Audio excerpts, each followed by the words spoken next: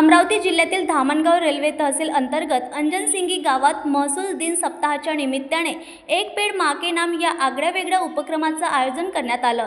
स्मशानभूमी परिसरात तब्बल 500 वृक्षांची लागवड करण्यात आली असून महसूल विभागाचे अधिकारी, कर्मचारी, ग्रामस्थ, शालेय विद्यार्थी आणि सरपंच, उपसरपंच यांच्या सहभागाने हा उपक्रम यशस्वी झाला।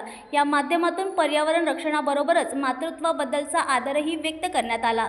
धामणगाव रेल्वे तालुक्यातील मौजा अंजनसिंगी येथे महसूल दिन सप्ताहाची सुरुवात एका पर्यावरणपूरक उपक्रमाने करण्यात आली असून एक पेड़ माँ के नाम या संकल्पनेतून स्मशानभूमी परिसरात तब्बल 500 वृक्ष लागवड करण्यात आली।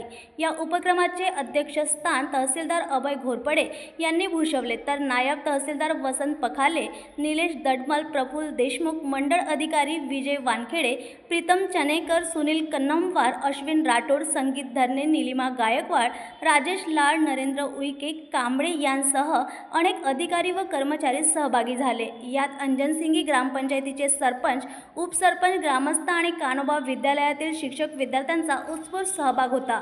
महसूल विभागाच्या वतीने वृक्ष संगोपनाची शपथही पर्यावरण रक्षणाचा महत्त्वपूर्ण संदेश या उपक्रमातून देण्यात आली। न्यूज एक्सप्रेससाठी अमरावतीहून प्रतिनिधी सचिन करडेची रिपोर्ट।